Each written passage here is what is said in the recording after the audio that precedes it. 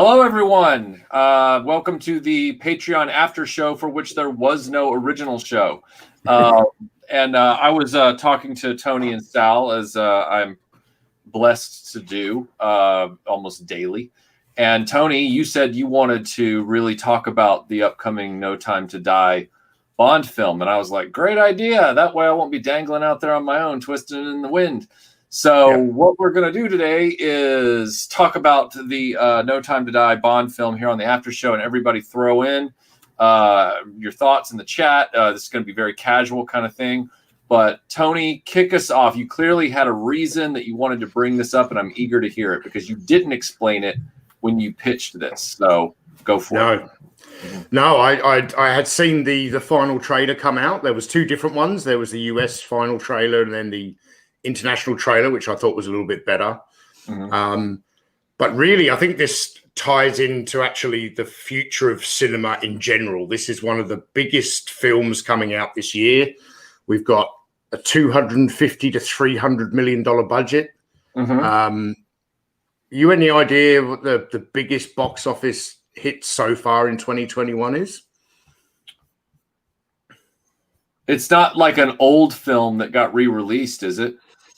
It's a foreign film called Hi Mum, which is worldwide gross 822 million. But the biggest grossing Hollywood film is Fast and the Furious 9. I'm really not a fan of Fast and the Furious. No, films. I'm not either. So wow. But they normally do pretty well. So it's the highest box office this year with a worldwide box office of just over 700 million. That's actually really disappointing for a Fast and the Furious film. Yeah. So I'm really curious to see if James Bond, if No Time to Die fails at the box office.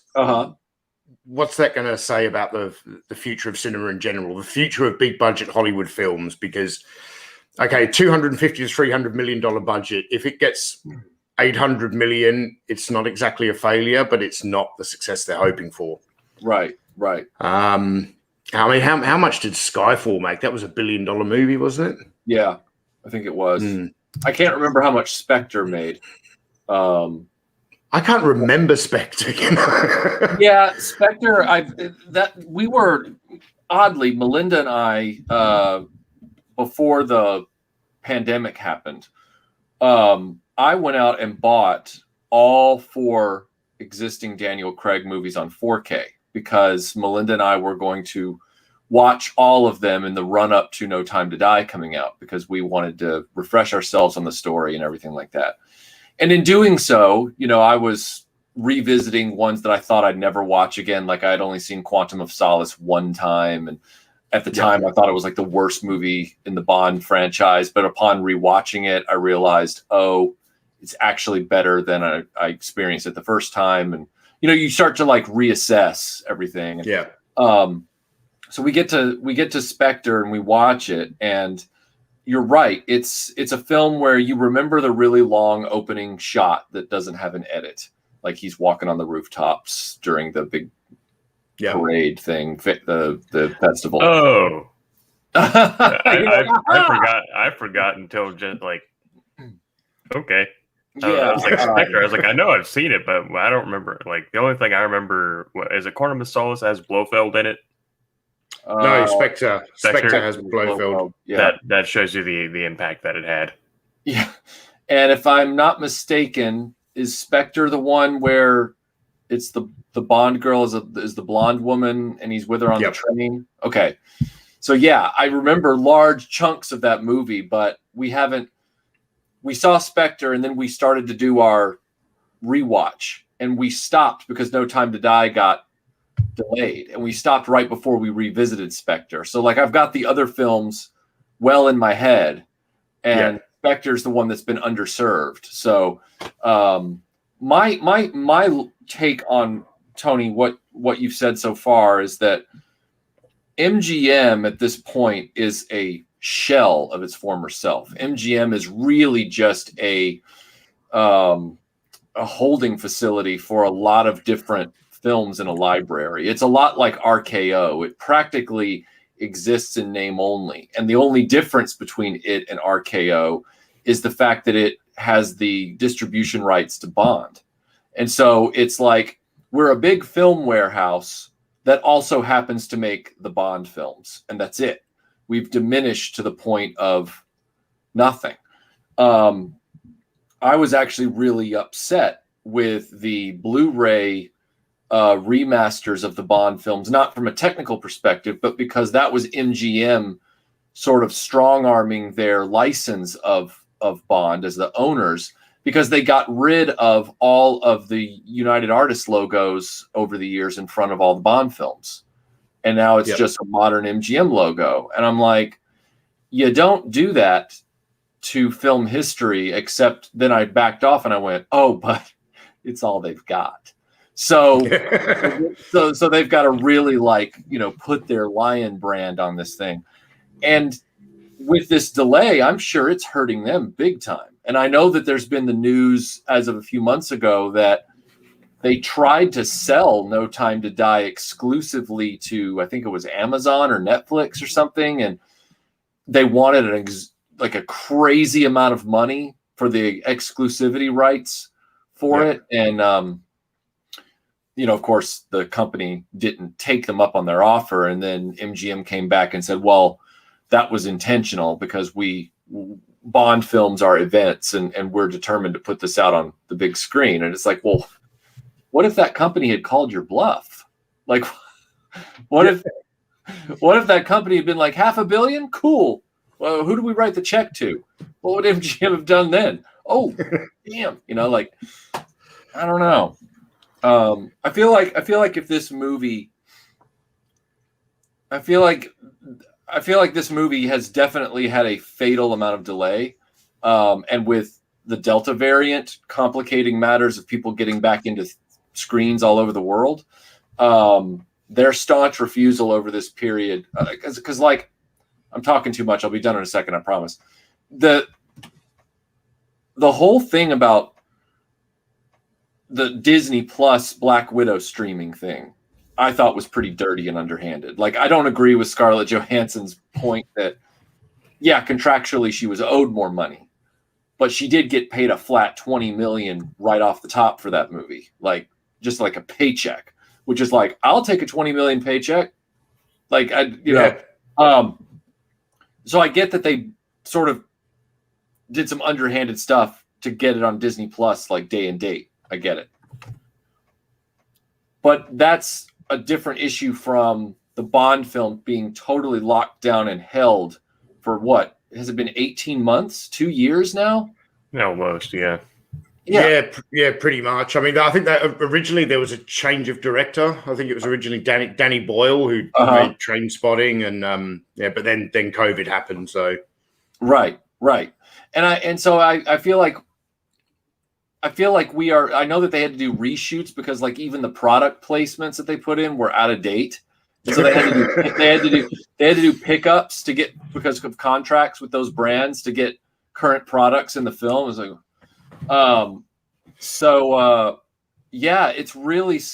it's really standing on a balance beam. And the longer the movie doesn't come out, the more leaks keep coming out about the plot, which gives people more time to get angry rather than just take the film as it is.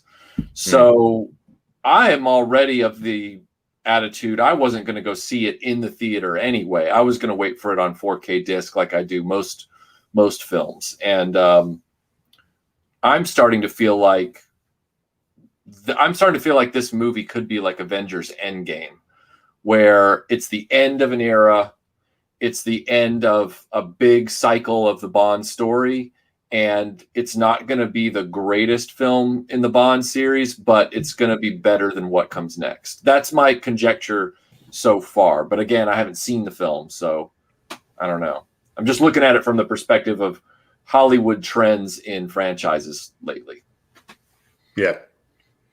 I'm you got some thoughts, Sal? Say again? You got some thoughts, Sal?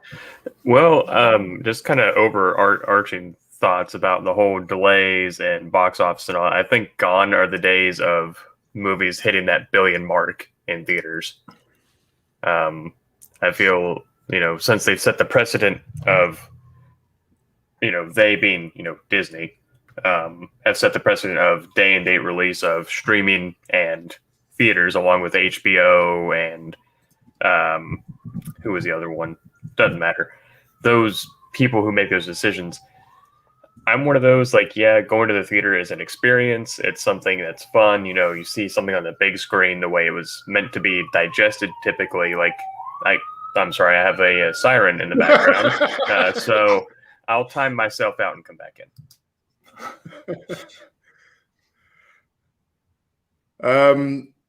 Has he put himself on mute there? Has he? I hope they're not coming. I hope they're not coming for him. that would be hilarious. Suddenly the camera starts to shake, and you hear people. That'd be funny. Okay. How are you feeling about? Oh, sorry, Sal. Go ahead. Finish up what you were saying. I think they're gone now.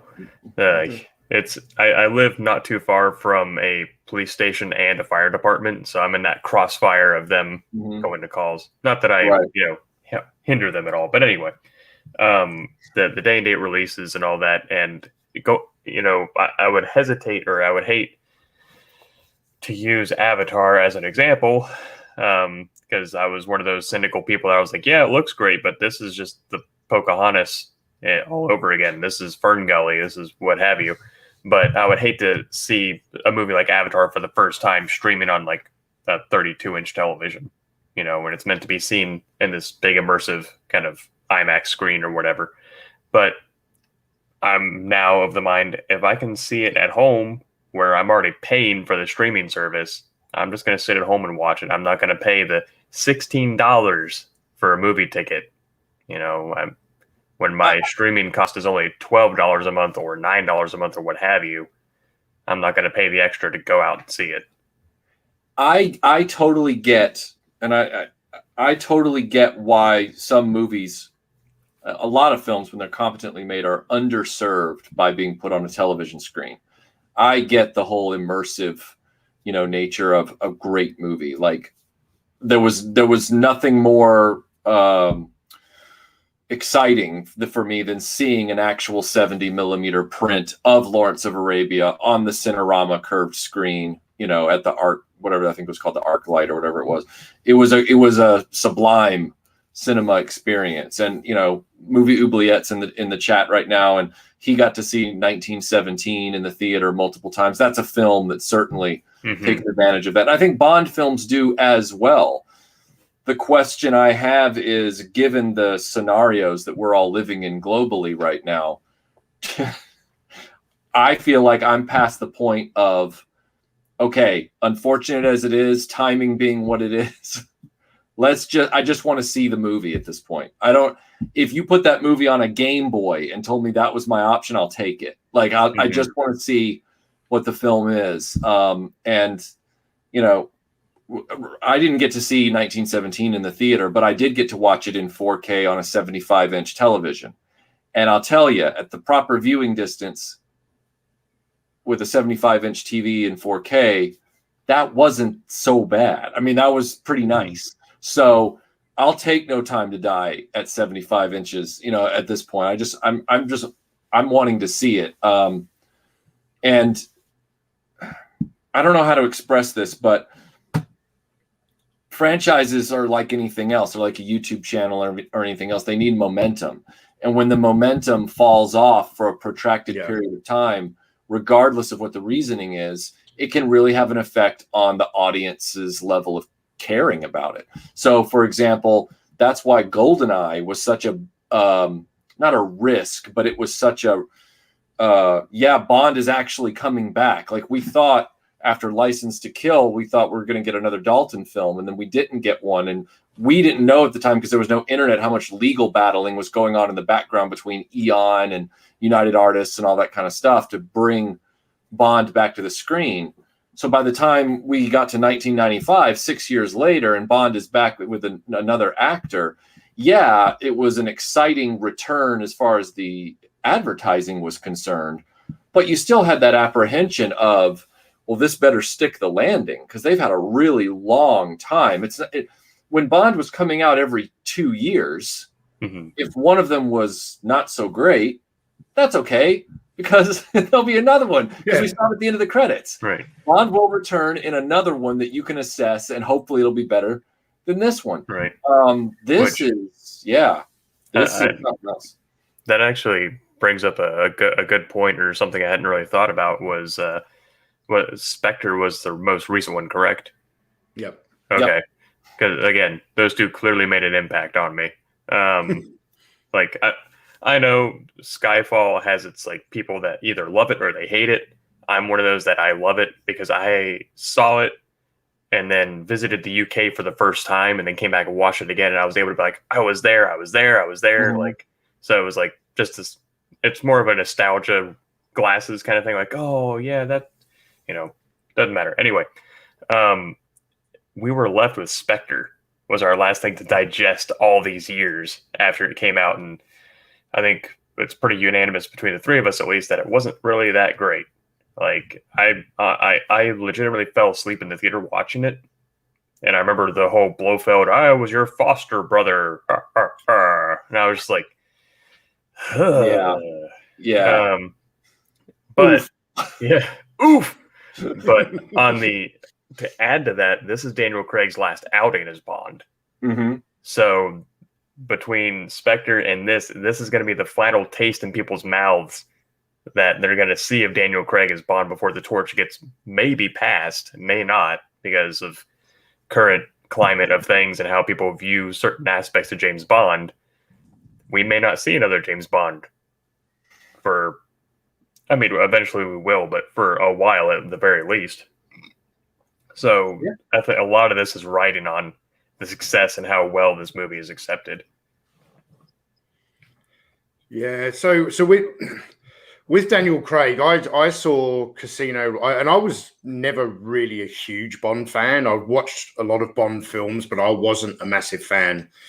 But I went to see Casino Royale in the cinema and really fell in love with Daniel Craig's portrayal. I thought that was a great film. It's not perfect, but it's really up there as a good Bond film, and just a good film in general. I really enjoyed Casino Royale.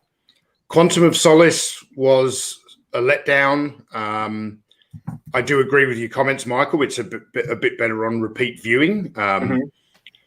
But then Skyfall, one of the biggest box office successes for Bond, but I was not a huge fan of that film. I don't know what it was about Skyfall that seemed to resonate with everyone else and didn't resonate with me. And then Spectre was just totally forgettable. So we've had, in my eyes, we've had one really good Daniel Craig Bond film. Yep. And then, there were parts of Skyfall that was okay, but he hasn't had a good track record, and that's not a dig at Daniel Craig. You say it many times, Michael. It's often not the actor's fault. It's the script writing. It's the direction. But just reading the synopsis, I'm not big into leaks and all that kind of thing, but just reading the synopsis for this, Bond is coming out of retirement. I think Felix asked him for help to bring him out of retirement. Well, when you look at kind of where we find Bond at the beginning of Skyfall, which was 2 films ago, okay, he hadn't retired, but he'd gone off the grid, and it's like we're doing that again. We're going to be bringing Bond back into the fold. Like I almost feel as though Skyfall, given the way Bond appears at the start of that film, unshaven, unfit, they've got to put him through all of these assessments again to regain his 00 status before he can go out. That should have been the end of it. Should have just been a 3 trilogy saga, I feel, for him. Right. Because kind of when you get to that point with a character, it was almost as though I was watching Skyfall thinking this needs to be his last outing, because he's weathered, he's broken. He's actually struggling to get his 00 status back to go out on the next mission. And then he has another mission in another film. And now he's going to come back out of retirement. It's maybe they're just playing up to the fact that he's getting old, but I don't know. Yeah, I was of that same kind of opinion when they did that whole opening in Die Another Day, where it was like, oh, he's been captured and he's been interrogated for God knows how many months, and then he comes back and he's brought back to MI6 or whatever, and they gotta like rehabilitate him and all that kind of stuff. And so this is like that protracted over, and Jeff is in the comments right now saying that he likes the meta plot of this Daniel Craig cycle, whereas I, on the other hand, I prefer each Bond film to be self-contained. I am very much. Yep. I like it to be, From Russia with Love, Goldfinger, Thunderball, You Only Live Twice. I like each one to be its own thing. I'm not somebody that needs James Bond to be Game of Thrones or Days of Our Lives or Neighbors or something like that. I don't need it all connected like that. Yeah. And while this has been an interesting experiment, I'm with you in the sense that Casino Royale is the only one that I owned on home video for a really long time. And the only reason I bought the rest of them was to revisit them to run up to this movie, which then we found out, oh, Michael, you bought them 2 years early. Crap. So yeah, if they move forward from this one, which I hope they find a way forward. I would like to see them go back to self-contained missions, because Bond is a spy who's assigned to missions. He's not somebody that like all of his missions bleed into one another, creating interwoven, drama. Like, yeah, I get where it came from. They saw Jason Bourne. They saw how successful those movies were. They said, ooh, and then they kind of applied Bourne rules to Bond from a cinematic structure perspective. Yeah. But like you said, 3 and done. And because they didn't do the trilogy breakdown, they're now doing the 2-1-2 thing where they've got, and it's like, So like, yes, Skyfall in the middle is the kind of keystone of this arc because M gets killed and you all that kind of stuff. But right, the falling action, you kind of got to get around to it quick. Can you imagine if there was a like a 5-year, 6-year wait between Empire and Jedi, knowing how that last one sort of hung out there? I mean, yes, each Daniel Craig film has ended with a kind of plot tease or whatever it is, but they weren't as Spectre having, Blofeld saying "you're my half brother" and all that stuff, and Blofeld's finally in the story, and Spectre has been identified, and this is all coming to a head. This last movie is the return of the Jedi of this story cycle on a five movie thing, and we need this resolved, I guess is what I'm saying. I can't even remember when Spectre came out. Was it 2015? Oh, wow, 6 years ago. 6 years. So we've been over half decade waiting for this thing to fall out, and James Bond is a movie character that does not need an arc. And this is the 25th Bond film, I think. Yeah, the 25th Bond movie. Mm-hmm. Prior to the Daniel Craig era, what was so good about James Bond is that you didn't need to go back to Dr. No. You could pick up any movie in the franchise and sit down and watch it as a standalone experience. The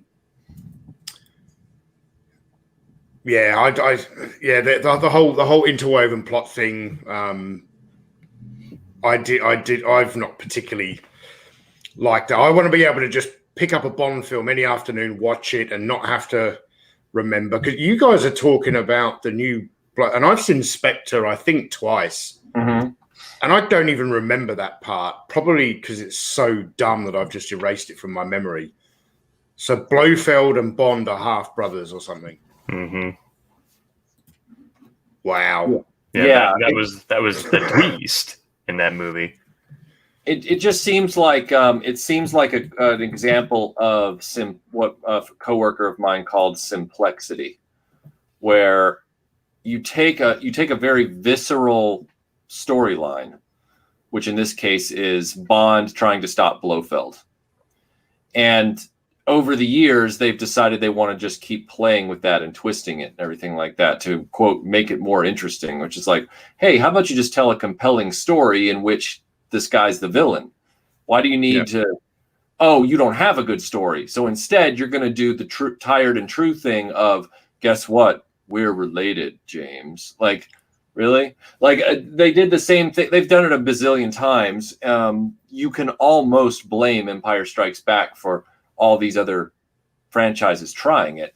But, like, for example, in Masters of the Universe, it's been evolving where, oh, well, Skeletor was actually this guy called Keldor first, and then his face melted off. Oh, now Keldor was the brother of King Randor. Like, and that's a different iteration. So they keep mucking up the simplicity of it. And that's what's going on here. I think they did something like that with Doctor Who the last few months, where the Master is now somebody from the Doctor's past, and the Doctor is now not really Gallifreyan, and it's because these writers, in lieu of actually having a compelling story to tell for 45 minutes, they go, well, I don't have anything, so I'm just going to start doing like soap opera stuff. You've had amnesia, and now you've woken up from it after 3 seasons and didn't know it. And did you know that now you're actually a sentient bullfrog that speaks French, and you're actually from a totally different television show? What? I think the audience is getting kind of sick of that stuff. And by the way, I totally accidentally put the bullfrog and French thing together. That was not me saying French people are frogs. Sorry about that. My brain just went there. So don't be offended, anybody. That was really just randomness that happened. Sorry. I get that reference. I feel like the whole enemies being related thing, and that's been around for eons. Like the most famous, of course, being Darth Vader and Luke, but it goes all the way back to like Arthur Pendragon and Morgan Le Fay and all those. Like, so there's a precedent for it, but I feel like that was never like the big thing. Like, we had King Arthur, there was Hamlet, where my uncle married my mom and all that kind of stuff, but it was that twist in Empire that has kind of shook, the foundations of pop culture and all that. And now people are continuously chasing it because they have to have, there has to be some motive. Like, what if they were related? Because now that ups the ante, because can you kill the person you're related to? And it's like, yeah, He-Man could probably kill Skeletor because he didn't grow up with him. There's not that familial, connection. Family is half blood and then half growing up with a person. But it just that's the one trope they always fall back on. That's the one thing we haven't done yet. So they even did it in G.I. Joe, isn't it? Lady J and Destro are related. Well, yeah. In the cartoon. In the cartoon, they implied that Lady J had a similar Scottish heritage to Destro or something. I'm trying to remember if I don't think that had any bearing in the comic book at all, but I would need to go back and revisit that. Yeah.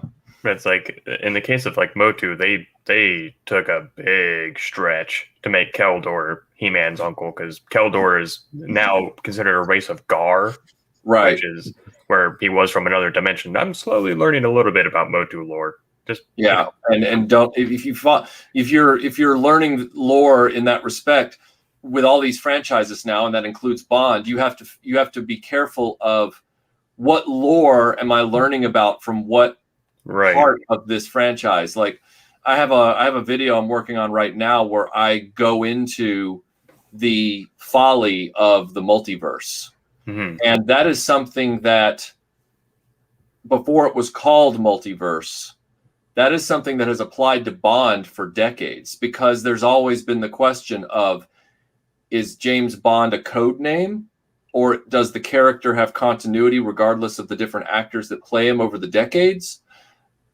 are we, when we restart with Daniel Craig, is he following off of Brosnan, whoever that guy's real name is, or is it a reboot because M is there, played by Judi Dench, right? So it's this.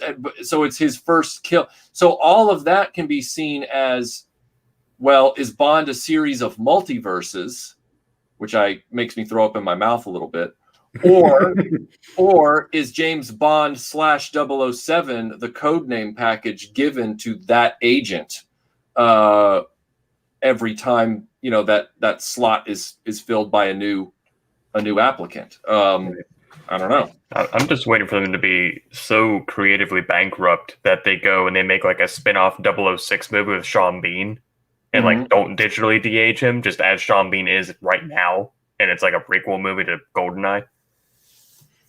I'm just waiting for that to inevitably happen. Yeah, I would go and watch that. Yeah, I would too. At this point, I mean, it's similar to what I was talking to some friends a few weeks ago, and we were having the same discussion about the current situation with Doctor Who as regards to the low ratings and the showrunner kind of writing mediocre scripts and all that kind of stuff. And I said, we can get into continuity debates all day. I said, but you know what would really revive the ratings for the series and brand as a whole? It's the same thing you just pitched. You're talking about going back with Sean Bean and telling a story that's sort of been hinted at, but and it's the 006 or whatever his number was. I think it was 006. And I said, what they should have done way back right after Matt Smith left the series is they should have gotten David Bradley, who was already playing the first Doctor at that point. He was already playing William Hartnell's original role. They should have gotten him and that cast together that did that biopic and started refilming all of the episodes that have been lost in the BBC archives, just in color with the current show team, and just do Marco Polo and the Crusades and all that as a special block of, Doctor Who, the first Doctor adventures or whatever. That would have done two things. That would have reinvigorated interest in the franchise by the young people who were enjoying the current Doctor, because they would have already seen David Bradley, had questions about him, and watched these old stories but filmed with modern tech because we've lost the reels.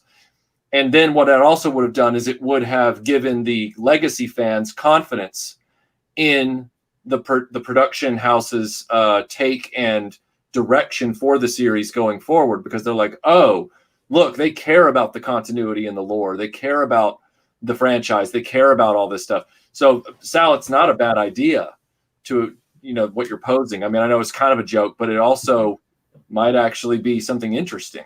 Yeah. The overall concept of having retire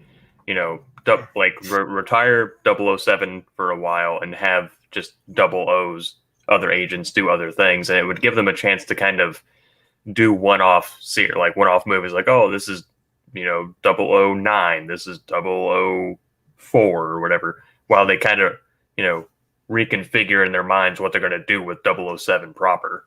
So do you not think they're possibly setting that up anyway in this film? So just before we get to that, I kind of look at this movie potentially, seeing how it performs at the box office. I really look back at, I don't know, I don't like to call it the golden age of cinema, but you look back at like the Charlton Heston era, where we had these massive productions like Ben-Hur, Cleopatra. That all ended up, it died a death. And then, the 1970s cinema was a complete kind of renaissance in a very, very different way, 1970s cinema. I think now, after all these years of MCU movies ending with, the two-part Avengers, they escapes me now, Endgame, Infinity War and Endgame, this huge kind of peak, it really does remind me of Cleopatra, Ben-Hur, kind of that time. We are about to enter a new era of cinema, and this could be the last big kind of tentpole film that we see. But the other trend that we've seen in recent years, take the Star Wars sequel trilogy, take Masters of the Universe Revelations should have been called The Teela Show. Right. Do you think that's where this is heading with Jane Bond or whatever they're going to call her? I have. I'm sorry, Sal. Go ahead. You answer first. Yeah. The only thing I was going to toss out there is I don't know. This isn't necessarily a spoiler because it was kind of in the promotions from the jump. Is that I can't remember the actress's name, so forgive me on that. But her character's name is like Naomi or something. She's got the moniker of 007 at the start of this movie. So yeah, because he's retired, right. So she's 007. Right. So unless she gets killed off unceremoniously at the jump, I have a feeling that he'll end up either dying or retiring, and she'll continue on the moniker of 007.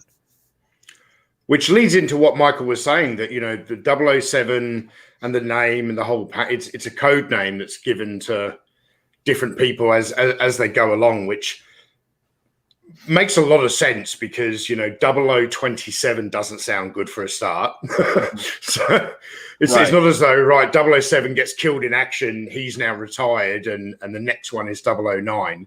Maybe they've only got 9 of them, so 001 through to 009.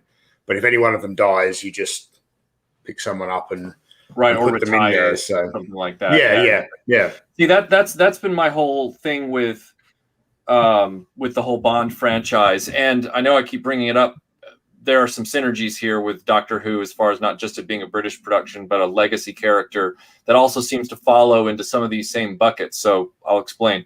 I was telling people they're trying to figure out, like, well, what's going to happen to Bond, and is Bond going to get recast with a different actor? 2-3 years ago, a lot of people were campaigning for Idris Elba and all that kind of stuff, and there's been all this speculation, right?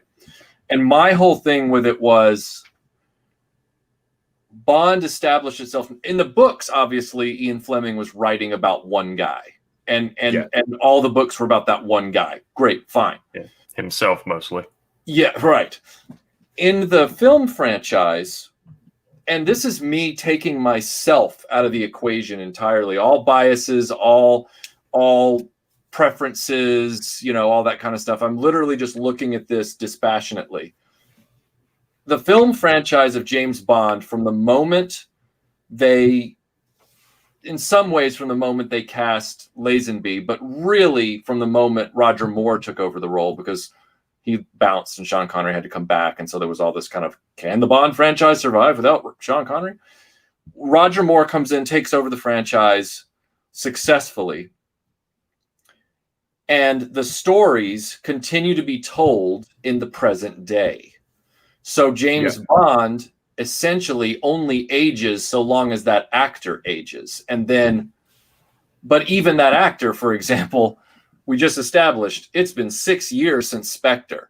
So Daniel Craig is going to be his James Bond 6 years older than he was in Spectre. And we know they updated the product placement, so it's going to be taking place in 2021, whatever you want to call it. Because the films established that pattern, Bond is always changing actors and is always in the present time, whatever that era is, whatever world we're living in. I sit back and I go, well, that means that James Bond is in many ways like the weather in Syracuse, New York. If you don't like it, wait 5 minutes because it's going to change again. Or 5 years in this case. Well, they've opened up they've opened up the rules very early on, where it's very hard to argue that in the Bond world of the films, changes can't occur because they've been occurring the whole time.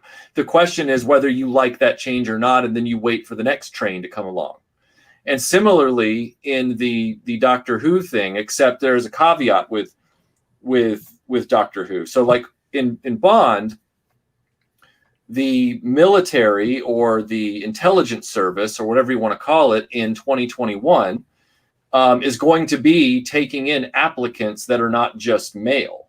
So it's not the 60s anymore. It's not Mad Men anymore. So there's this open possibility that whether you like it or not, the rules of the film universe say this is potentially valid for this cycle of the story because we can do this because this is the normal that we established back with Live and Let Die.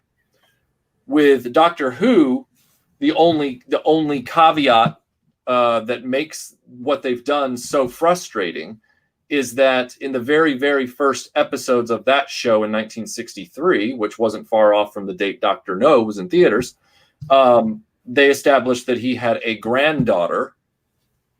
And so my argument had always been when Jodie Whittaker came in as that character to recast, Jodie Whittaker should have been a regeneration of his granddaughter, Susan, who was living on Earth at that time, and Carol Ann Ford is still alive. So Carol Ann Ford could have been the thread and then regenerated into Jodie Whittaker and been a Gallifreyan Time Lord. I'm not trying to get away from the Bond thing. What I'm saying is, whether you like a cycle of a franchise or not, if the franchise is operating under its own rules, it's really hard to throw axes at it.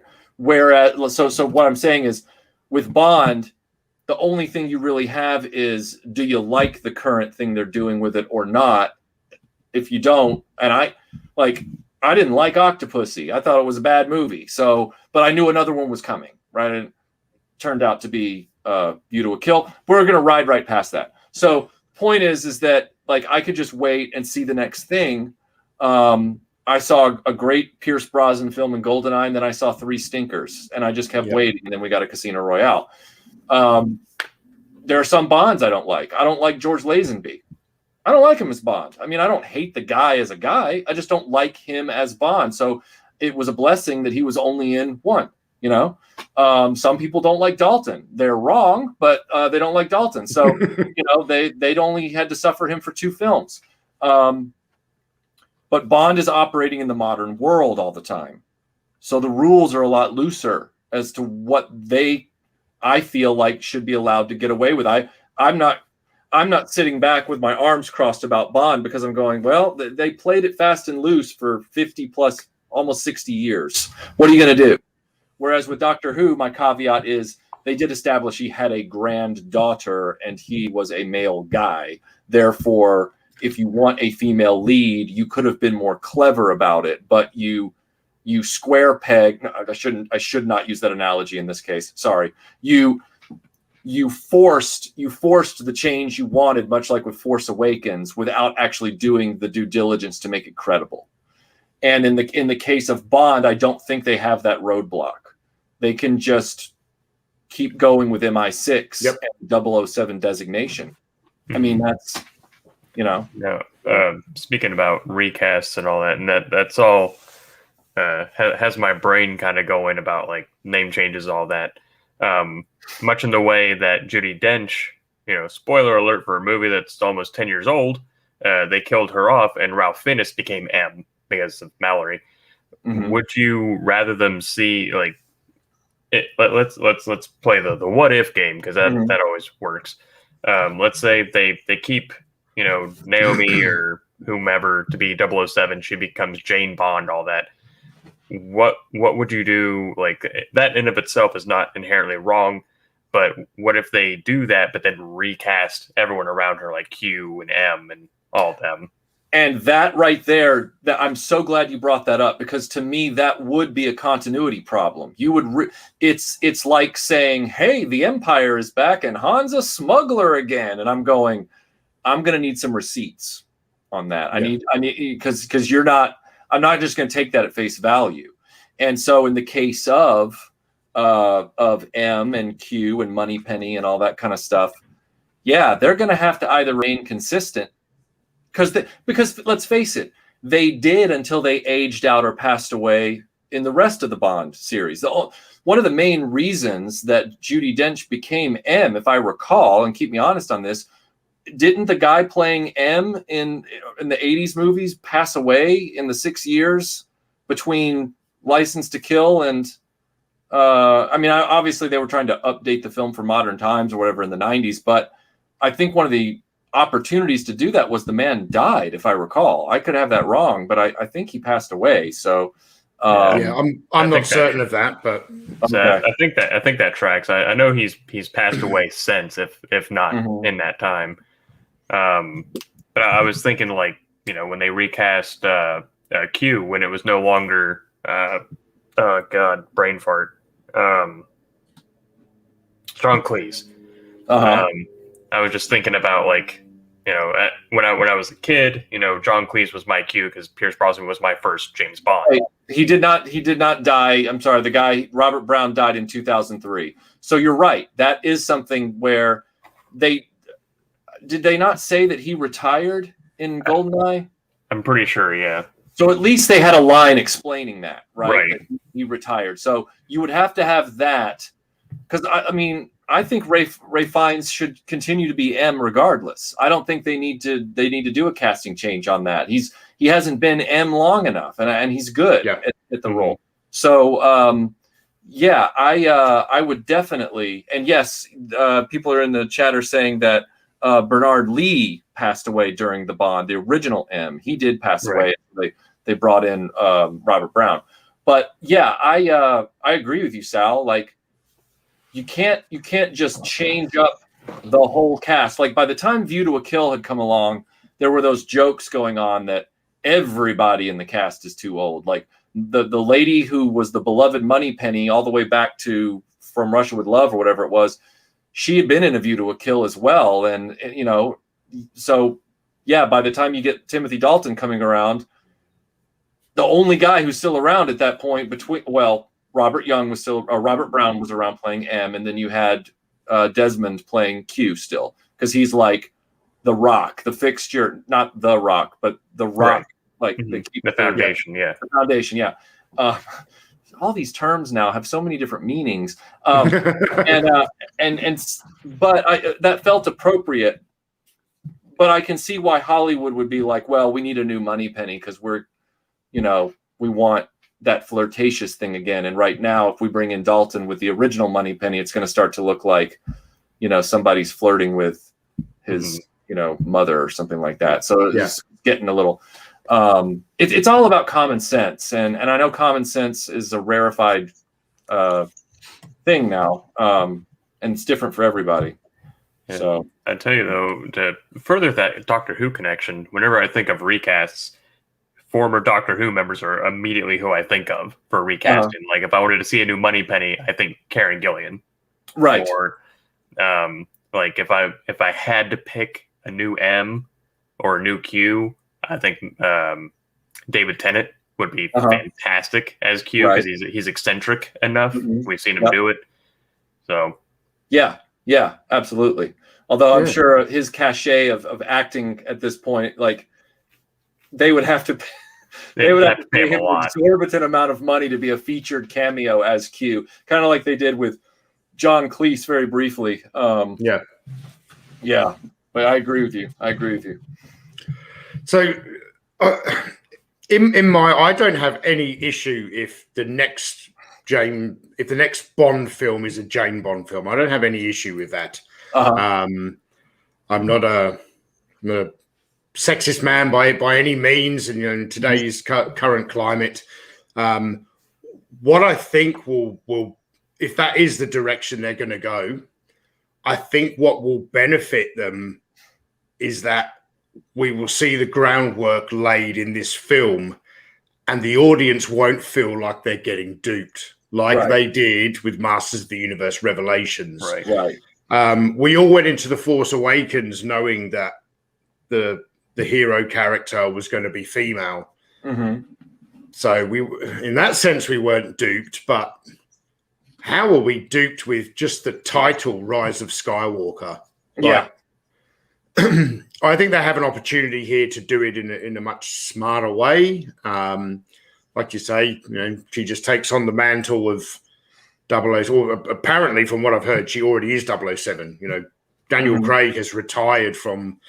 It's almost like it's a rank and position within MI6, and and that agent either is killed in action or retires, and then just like they do with M and everything like that. So they do have a good opportunity that if that's the route they're going to take, they can lay the groundwork here, and the audience isn't going to go into the next one feeling like they've been conned to a degree. Yeah, they have to earn it. They have to earn it with the script, with the writing, and that's the whole thing too. You know, Tony, you were just saying that at the beginning of this that you weren't always the biggest Bond fan, and I wasn't like a dyed-in-the-wool Bond fan as a kid. I had my preferences, and I liked certain ones. You know, like I would watch Living Daylights and Goldfinger and For Your Eyes Only, and that was really kind of like, and I watched License to Kill, and that was really like my wheelhouse there in the 80s growing up.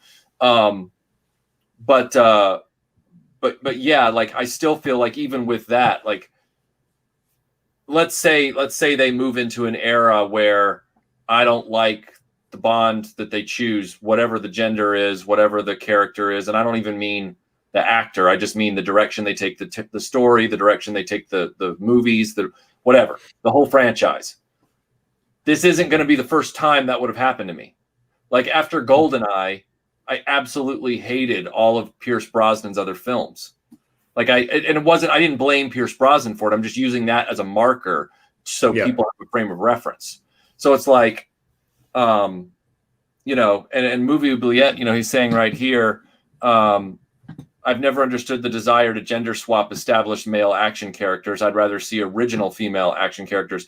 And I agree with that. That's kind of what I was getting at with the whole Doctor Who thing, where there was an opportunity to show not reverence, I guess, but respect to the continuity, the long-running continuity of the show, and say, the Doctor has been lost. The Doctor's gone after this last regeneration. Something's happened. The TARDIS has landed in Susan's backyard. The opening episode of that new series is Carol Ann Ford in her 70s, as she is, finding the TARDIS empty and her grandfather's not in it.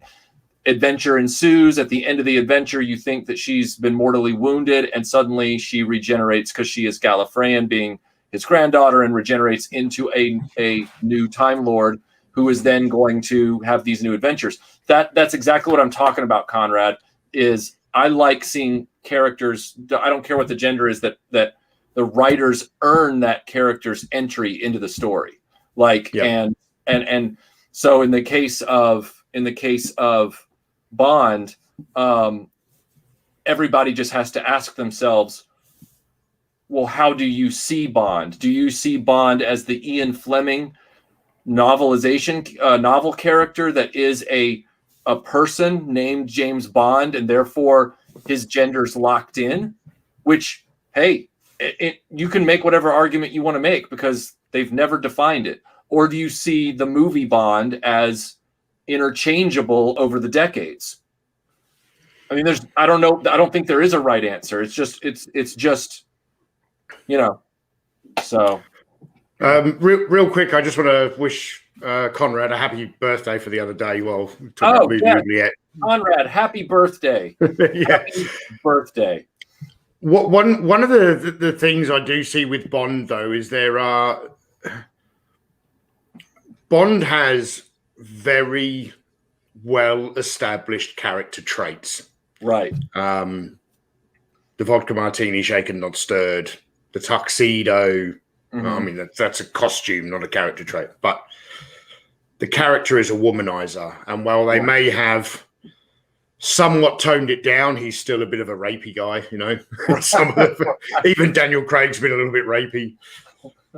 If the next film is a Jane Bond film, what's going to happen with Moneypenny? Is Moneypenny going to be recast?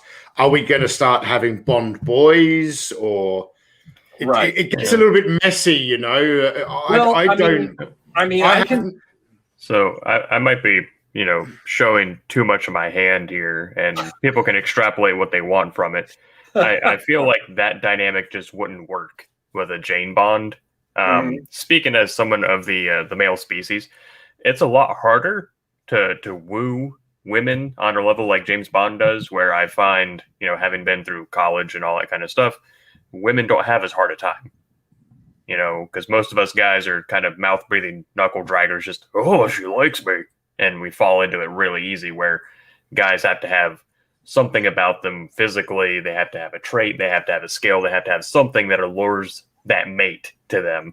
So James Bond has, historically been very good-looking men, obviously, but has an uphill battle to fight. He has to be charming, has to have charisma, has to, have all these things where, I don't imagine they would cast, I don't know, Rosie O'Donnell as Jane Bond, but they wouldn't have as hard of an uphill battle to fight to get that, oh, that's my mark. I need to get him upstairs so I can get information from him. They just be like, hey, and they'd be like, oh, she likes me. And like, I guess they could use that dynamic, but it wouldn't have that same payoff. It wouldn't have that same kind of punch. It would just be like, oh, that was really easy because she's good looking and he's, I don't know, Nick Nolte, Yeah,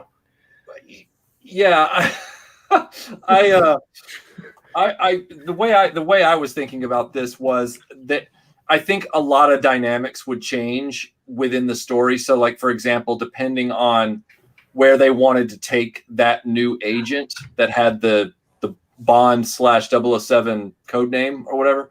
Mm-hmm. Like, for example, I could see a lot of things staying the same and then other things changing. So, case in point, you could have, and when I say you could have, I mean, I can see Hollywood and other people maybe playing with these dynamics is what I'm saying. Yeah, I can totally see it being something where instead of attractive women as Bond girls, it's who's the guy that Bond is going to hook up with in this film and what's that guy's role in the story. And, how many of those guys are going to end up, dead with a plastic bag wrapped around their head in a closet, because she comes back and finds that the bad guys have bumped off their stoolie or whatever. Right. And I keep pardon the language, but I mean, you could take that in many directions because, I've been watching. I watch a lot of female comedians anyway, and so I love stand-up comedy. But like, there's this one female comedian named Ilsa Schleichinger, I think. Yeah. And she's hilarious. She has this line in one of her stand-up routines.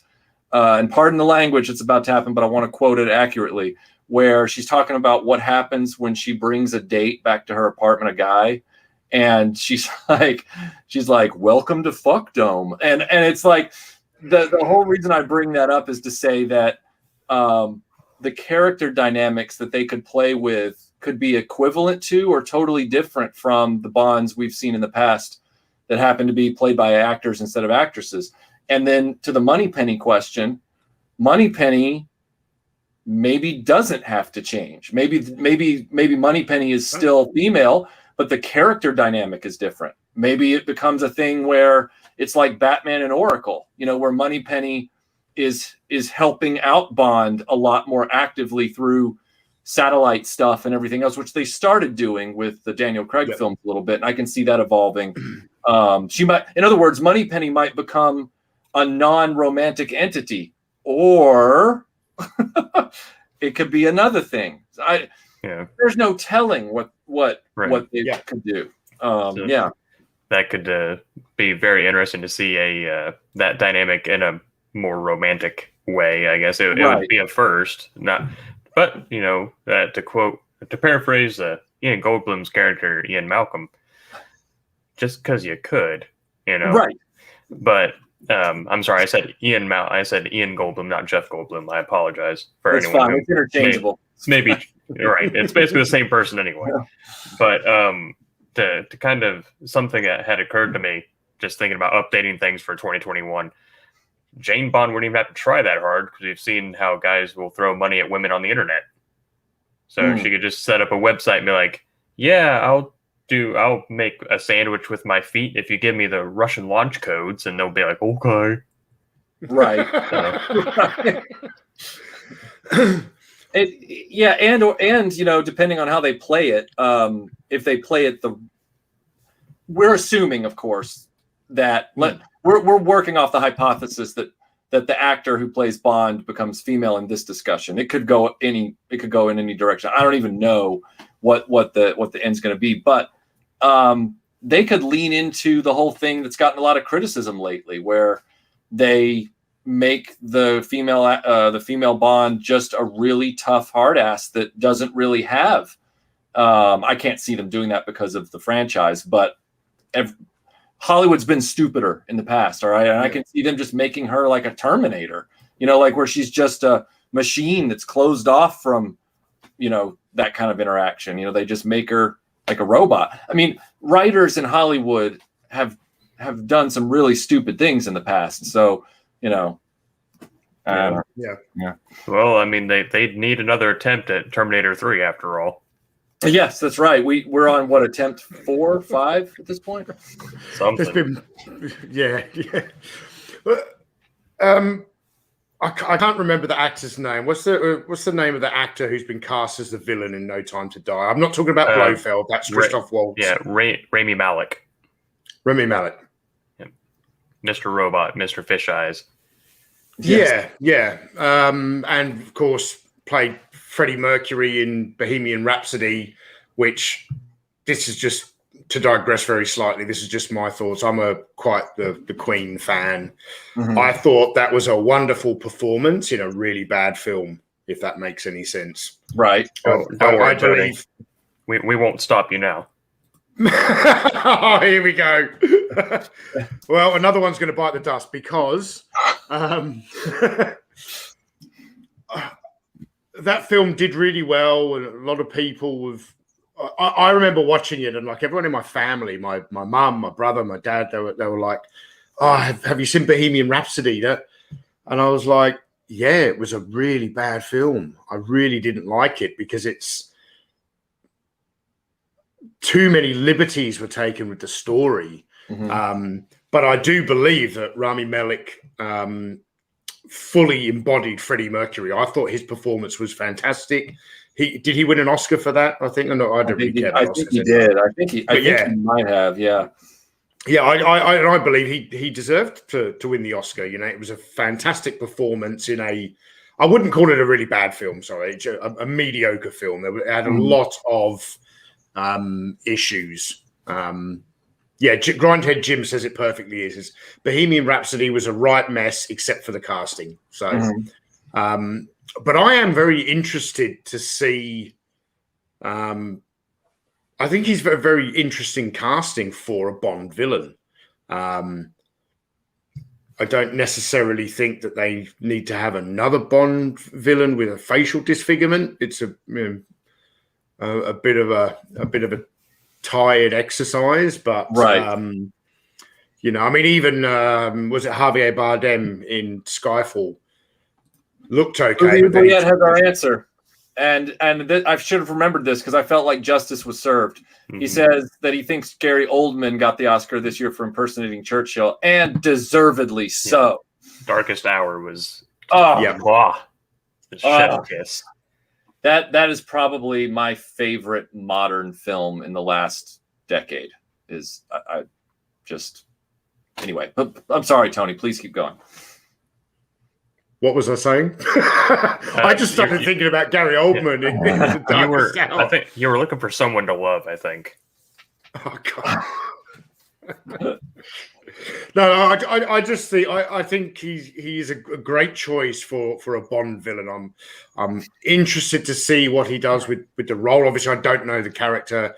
He's not coming into play, as far as I know anyway, a character that's already been in the franchise at another point. He's not another Blofeld. Yeah, and from what I've seen in the trailers, I'll be honest. The teaser trailer did not excite me. Some of the other trailers that have dropped since did not really excite me. I don't know what it was, but the international trailer that dropped a few days ago finally got me excited to see this film, to the point where if we did have a cinema in Port Hedland, I would go and watch it in the cinema. Unfortunately, we don't. But I am going to Perth not long after its release, so I may go. This may be the first film I see in the cinema for the last couple of years. Yeah, I mean that'll be worth it. I mean, yeah. To carry your oxygen bottle and your body tent and yeah. Movie oubliette, even the latest trailer left him cold. He has no interest in seeing it. Wow. Okay, I'm gonna have to go watch this trailer and see what my reaction to it's going to be. The international trailer is it's probably the longest trailer we've had so far. You see a tiny bit more of the female 007.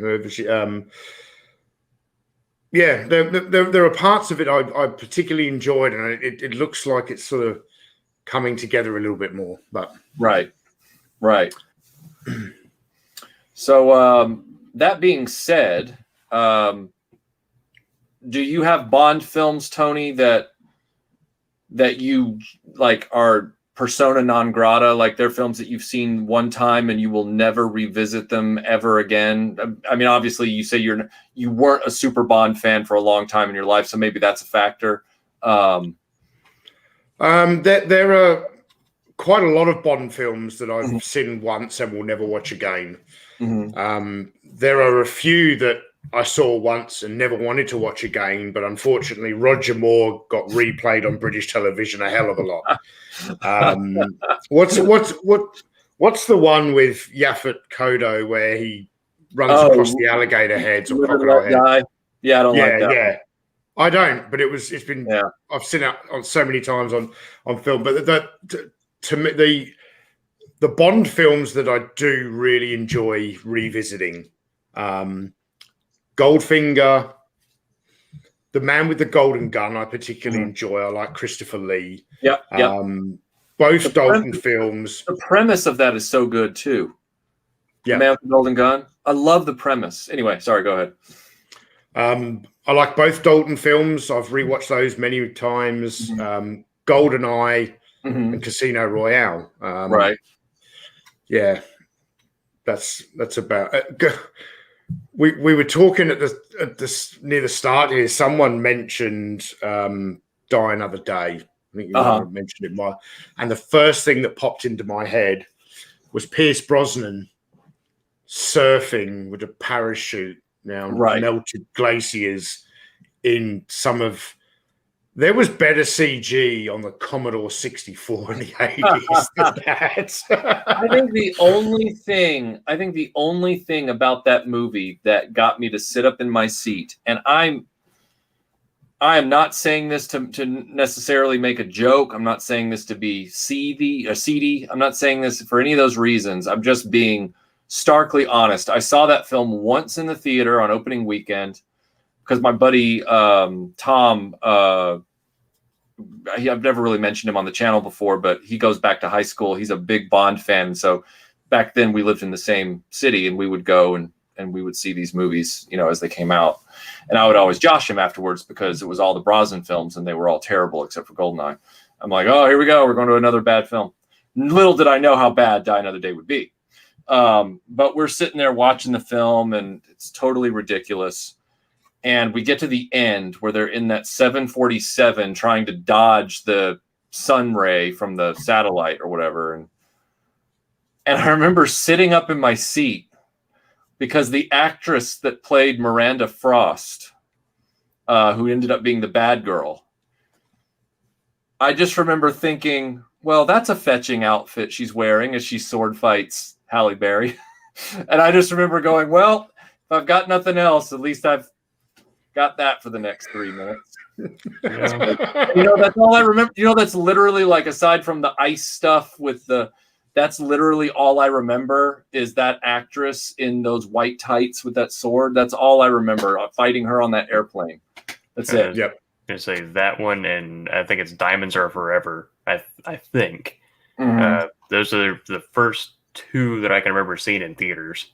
Right. My dad introduced me to James Bond via GoldenEye, which I think for people in my generation, not that we're that far removed, it makes it sound horrible saying my generation, was really solidified via GoldenEye for the Nintendo 64.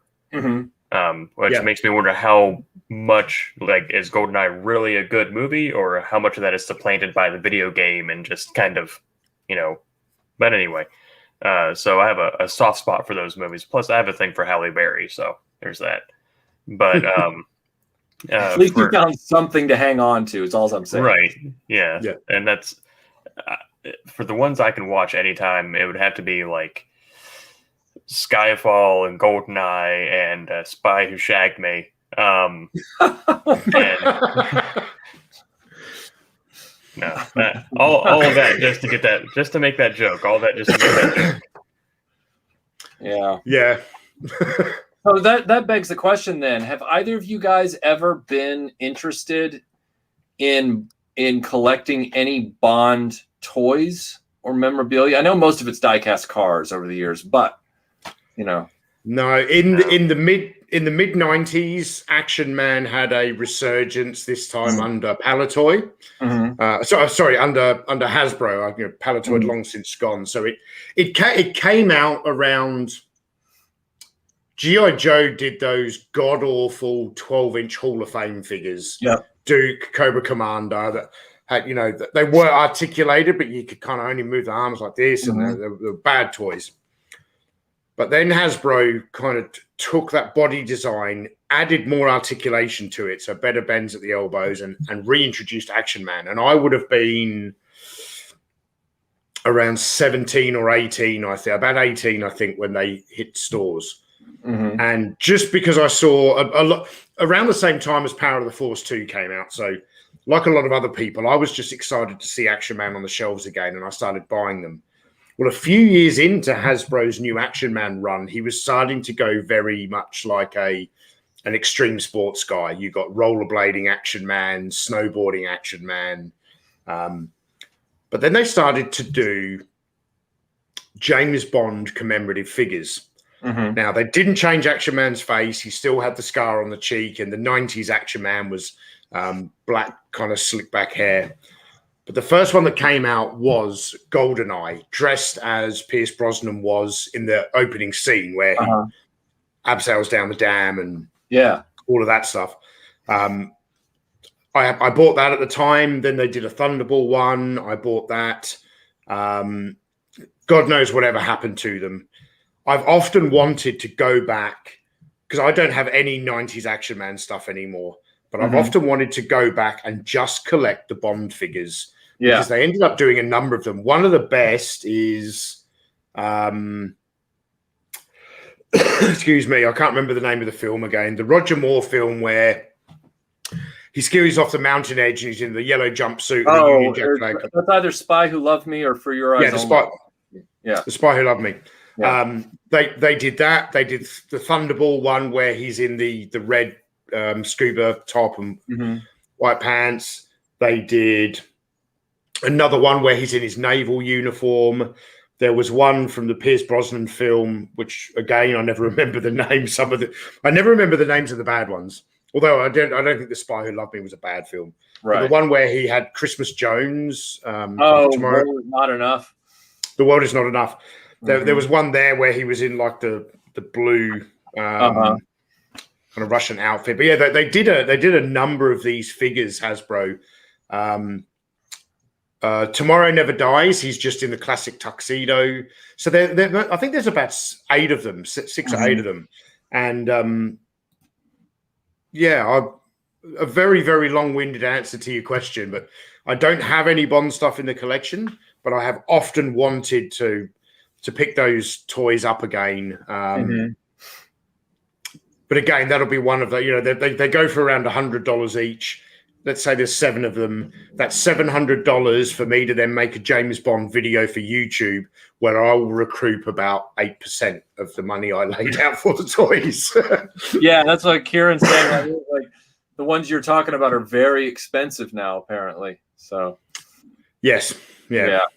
But really, at the end of the day, I'm starting to wonder what isn't expensive anymore in toy collecting. Like, I mean, I was telling Michael Schaefer the other day that I couldn't believe that anything Star Trek Playmates from the 90s that wasn't a ship had gone over $100. And I went looking for it and blew me out of the water with the prices that had happened within clearly the last 12 months, because I look for that thing regularly, and it's always really low price, and then I just go, I can put my money elsewhere. And now all of a sudden it's like boom. But we've talked about that a lot, like all those little lines like Star Ears and this and that. Suddenly they're all expensive, and it's like when, what, when, how. How complete is your Centurions collection, Michael? Centurions? Yeah. I just have the 5 figures, the 5 characters with their basic armor. And I think I have a Skybolt set that's just kind of, but Skybolt is apparently one of the more common sets to find. I think it's one of the earlier ones. So I don't have a desire to go after the rest of those. My buddy Joe, who used to be in the earliest retroblasting videos, and I feel like I've totally. Sal, you're there, right? Mm-hmm. Okay. Sorry. No. I just want to give Sal a chance to talk. But real quick, Joe got way into Centurions back about 7 or 8 years ago, and he was buying before they had really they were still, some of them were pricey. Like some of the last armor sets were pricey, but most of them were still pretty affordable. He went out and bought he was like me, he was a loose collector. So he went out and bought every single armor set over a period of about 6 to 8 months. And then he went back and bought a loose helmeted figure to go with each appropriate armor set. So he had all the armor sets, plus they were all displayed on the appropriate Centurion. Yeah. It was the craziest thing I've ever seen. And I was like, yeah, I'm just going to be cool with my 5 figures. That's it. Yeah. Oh. I think Michael Schaefer's done exactly that, but what about you, Sal? Have you collected any Bond stuff or have a desire to? I've never had the I don't know if you'd call it a privilege or not, but I've never had the ability to collect any Bond stuff. The only Bond stuff I can vaguely remember was James Bond Jr. Mm-hmm. Which didn't hold my interest. And I've been sitting here trying to look up who has the master license for James Bond toys, and I came up with nothing. Yeah. So, I would like to see someone like Mezco do James Bond, but with their rate, we'd only get a James Bond and probably not the one that we want. It'd be, I don't know, Lazenby or something. That kilt. Yeah. But, I mean, unfortunately, it would be someone like NECA who would get it because they would just churn them out. Ugh. But that's...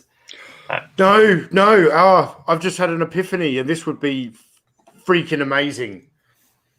The same character options who do Doctor Who. Mm-hmm. It's a British TV franchise. Do Bond characters in the same scale by the same company with the same type of sculpting, and go back and do... Oh man, how awesome would that be? You go back, you'd have, you'd have the older versions of Blofeld, the newer versions. Mm-hmm. Instead of making TARDISes, they could do the different Aston Martins. Mm-hmm. Oh, why has no one done this before? I don't know, but it's a great idea. It really is a great idea. I mean, are you going to get, by the way, sorry, Sal, go ahead. I was going to say, I agree with you. I just see Wildstar say he's been waiting for Mezco to ship his Batman 66 for months. Wildstar, I don't know if you're new to Mezco, but I've been waiting for 2 years for a figure that I bought and paid for.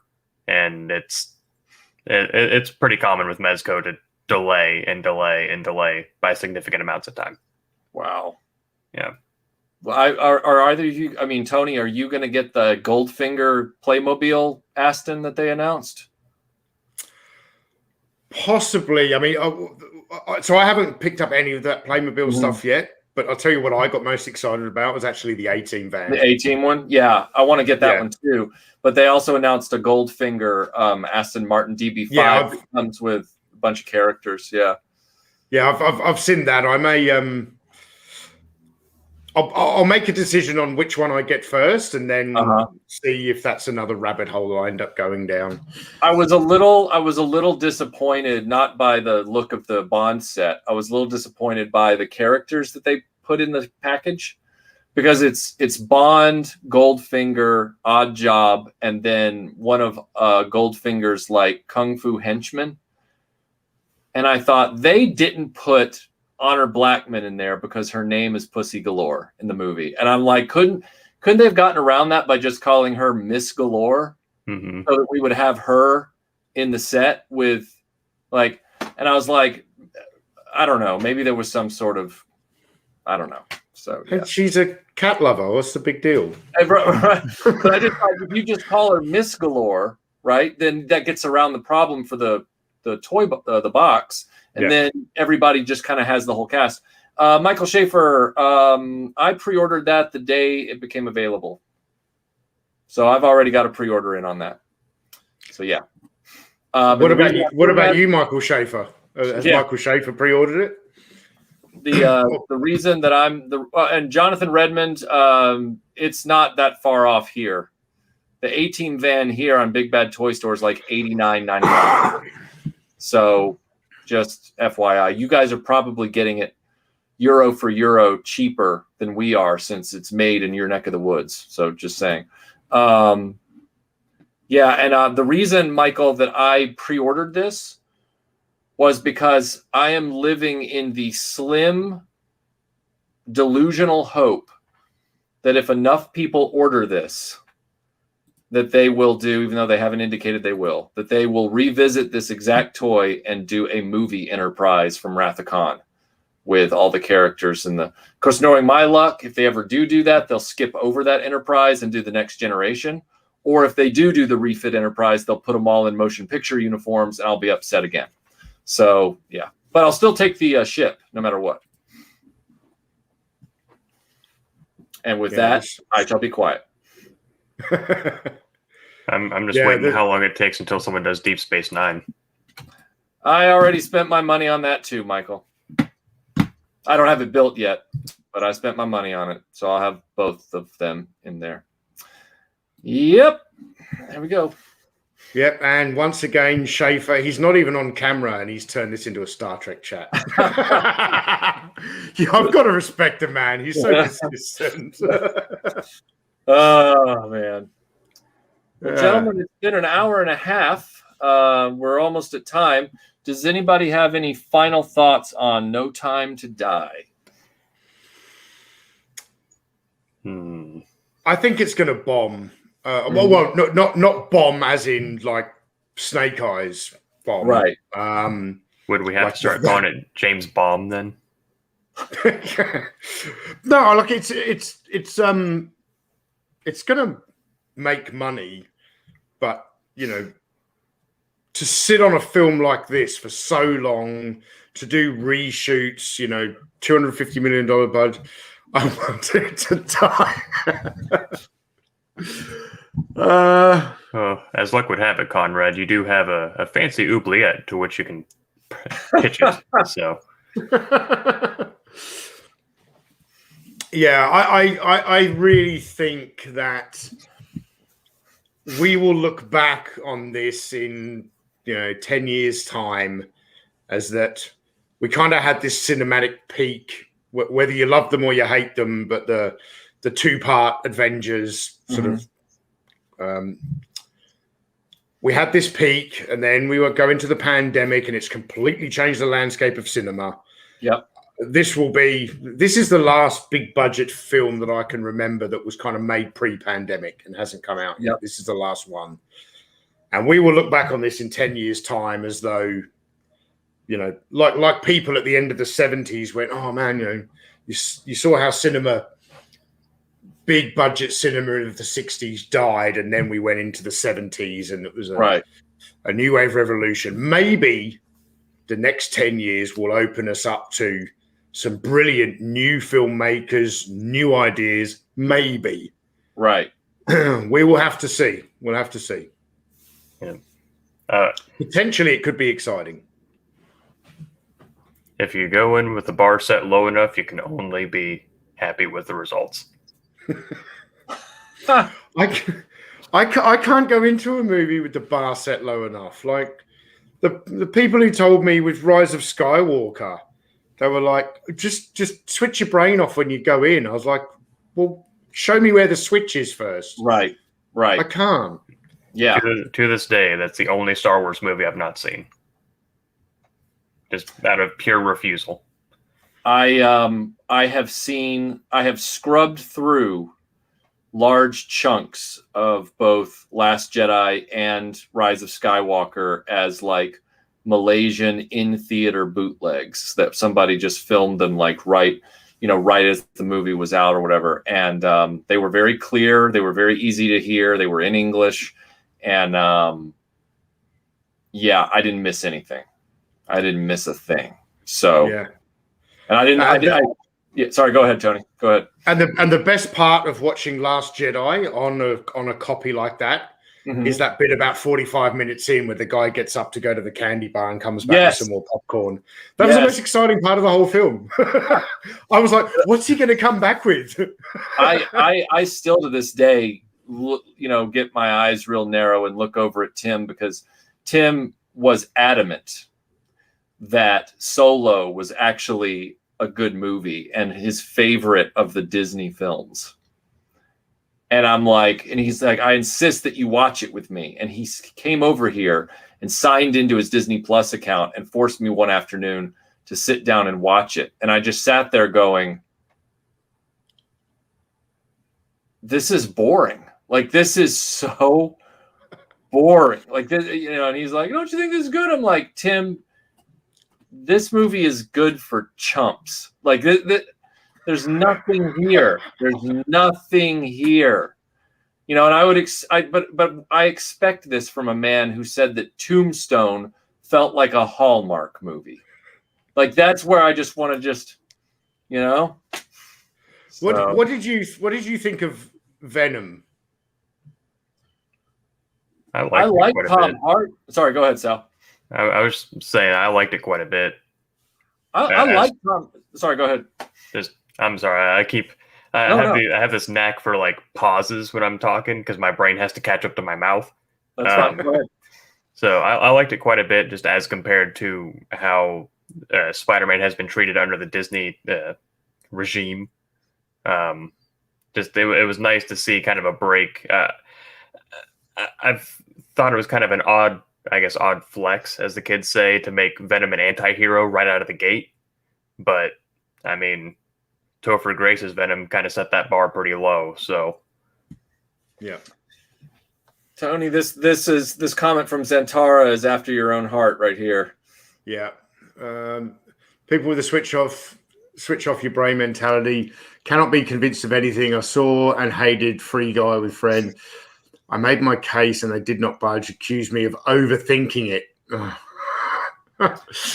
Yeah. Look, the reason I brought up Venom is I get the impression that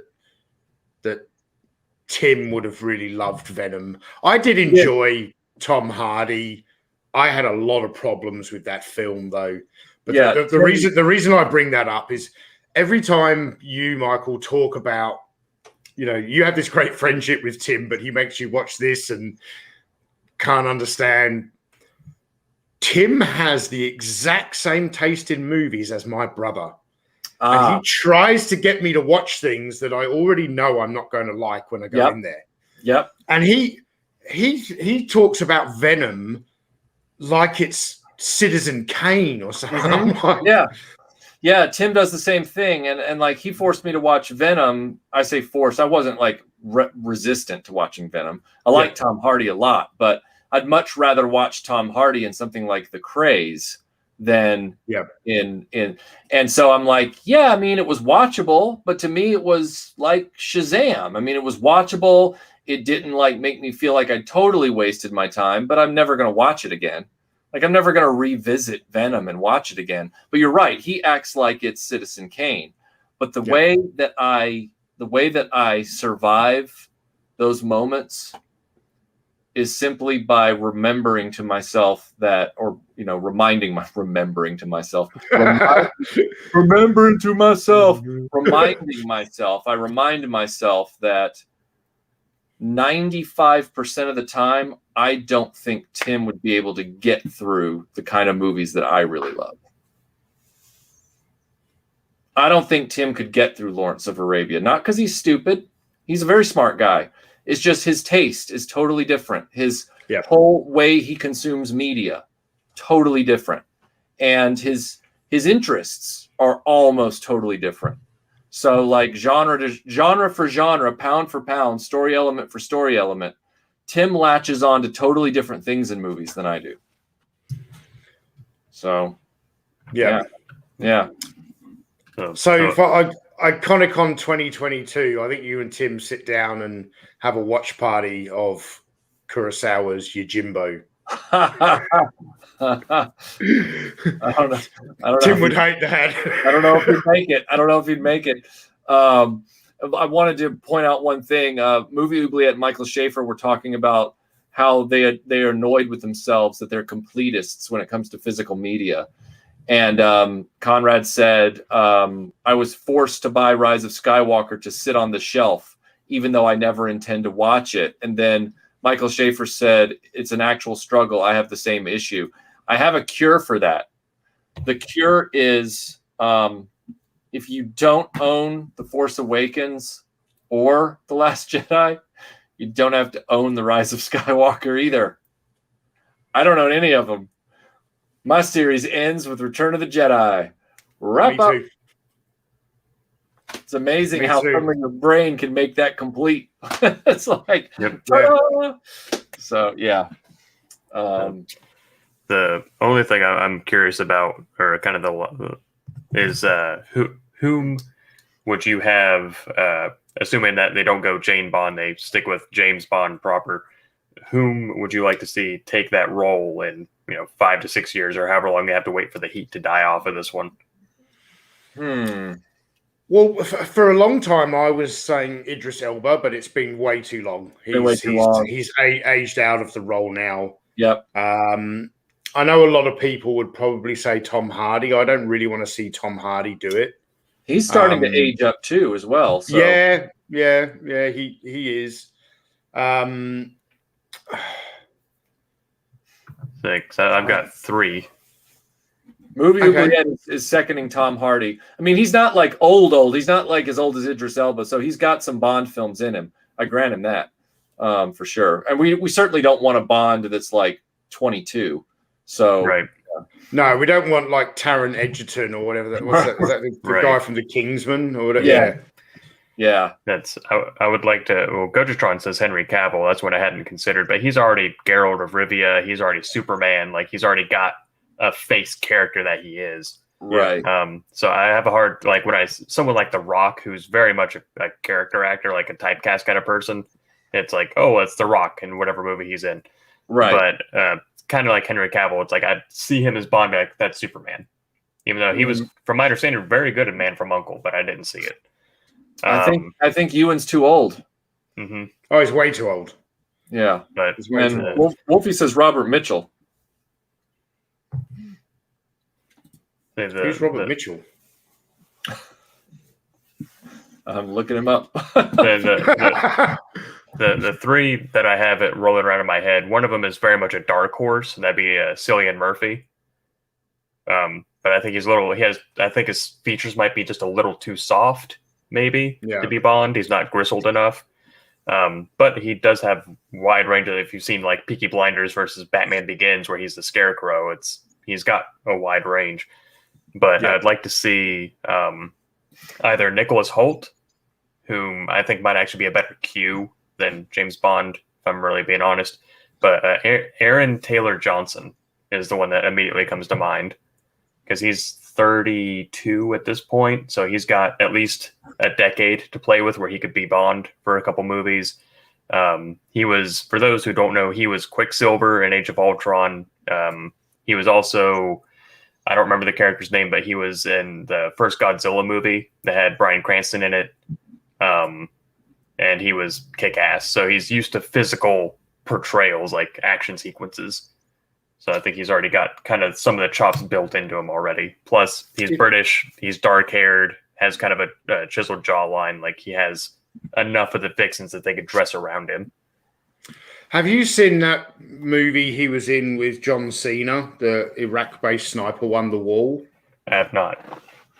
I believe it was just, I think it's on Netflix. It's a really interesting watch. It's him and John Cena is a an army sniper in Iraq, kind of mid 2000s, with Aaron Taylor Johnson is his spotter, and the entire film is based on this one set near this wall where they have a kind of cat and mouse game with another sniper. It's actually, for a very small kind of claustrophobic movie, it's quite good. And he's really good in it. He's Aaron Taylor Johnson is in the movie far more than John Cena is. I kind of went into it thinking it was a John Cena film, and it's not. It's really an Aaron Taylor Johnson film. So,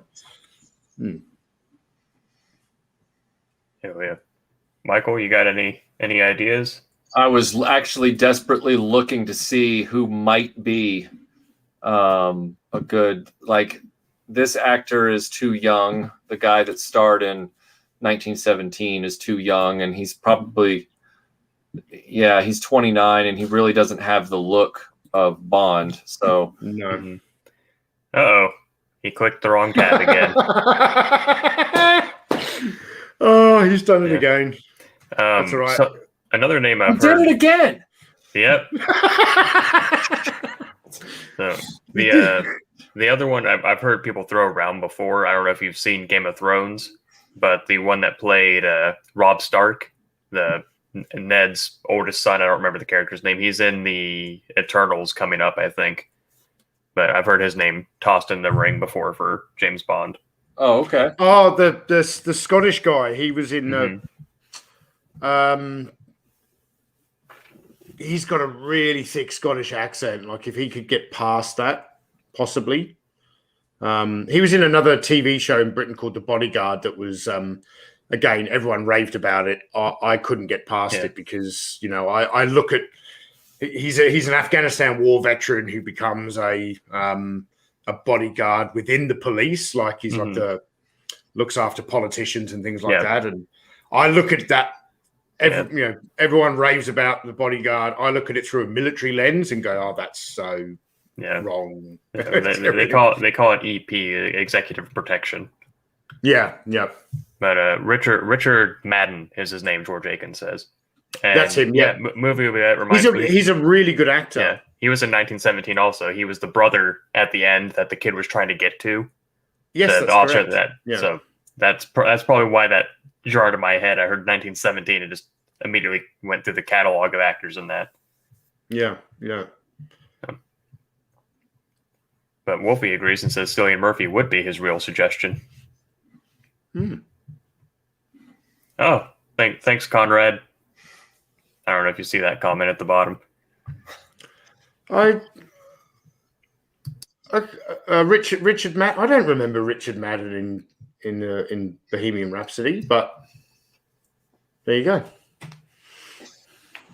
Well, I guess we'll find out in the aftermath. If No Time to Die ever comes out, we will then find out what their plans are for the future. Although if MGM doesn't get this into theaters soon enough, there might not be an MGM left, and Eon Productions is going to have to, they'll find a bidder easily for Bond distribution. That won't be a problem, but it'll just be, it'll be Amazon, Disney.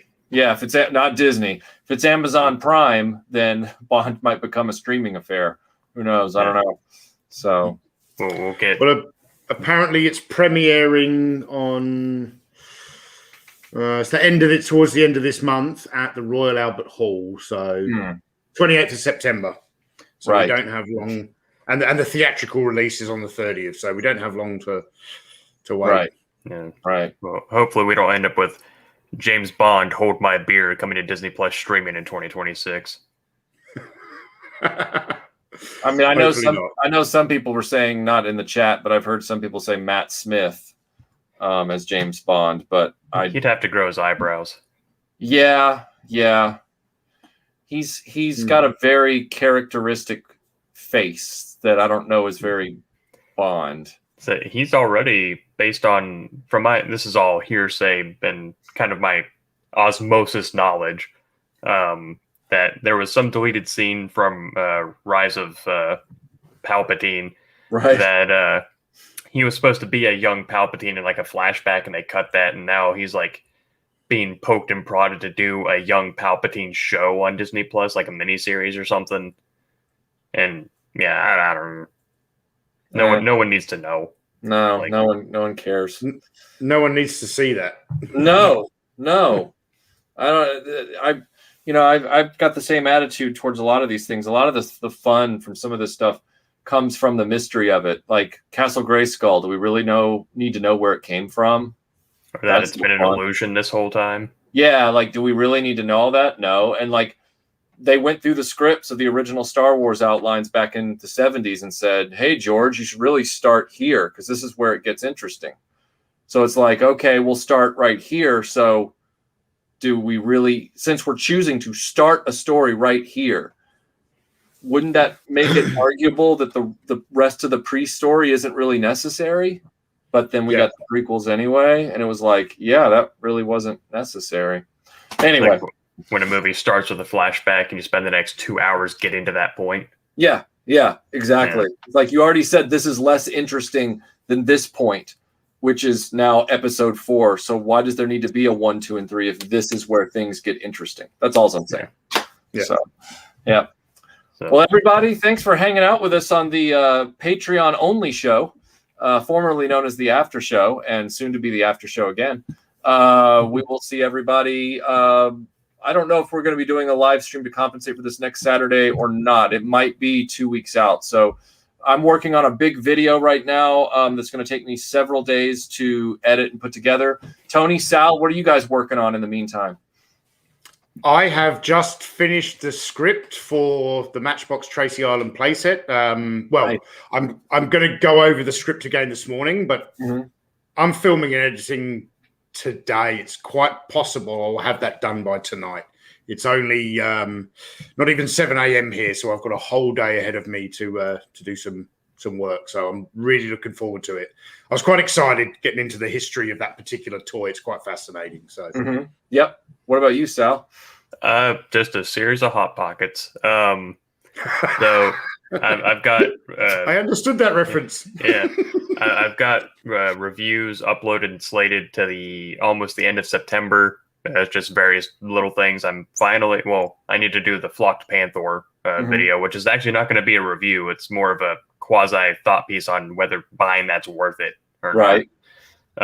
But I'm finally done with Motu Origins until the PowerCon exclusive stuff decides to pull into port, and then I'll be back at that again. But I'm in the works right now trying to finish up, or I'm in the planning stages of 2 customs, and then I've got Tony's I need to start because I've got all the stuff to do. I just need to actually do it.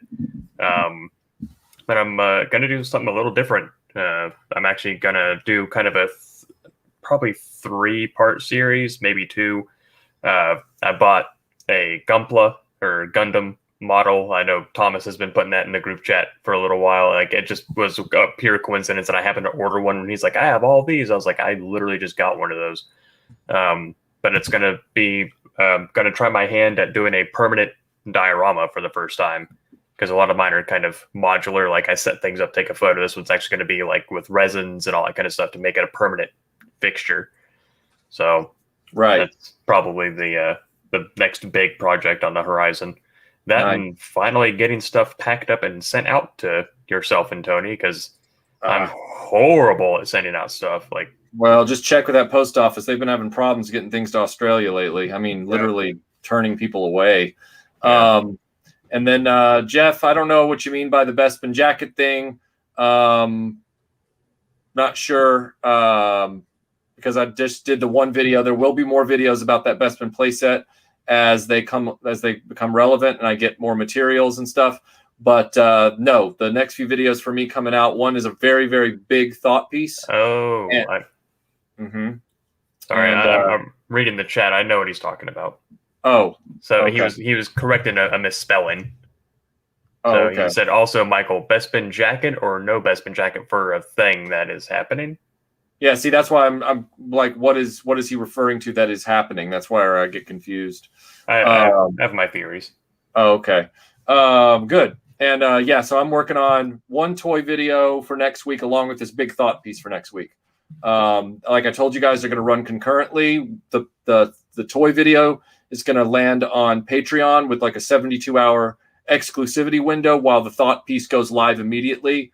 And you'll understand why when you see why I couldn't make it exclusive for 24 hours. You'll understand. So, but I will make sure that you guys have your exclusive video at the same time. So, all right. Well, the three of us are going to go. Thanks for joining us in the after show, and we will talk to you all later. Bye. See ya.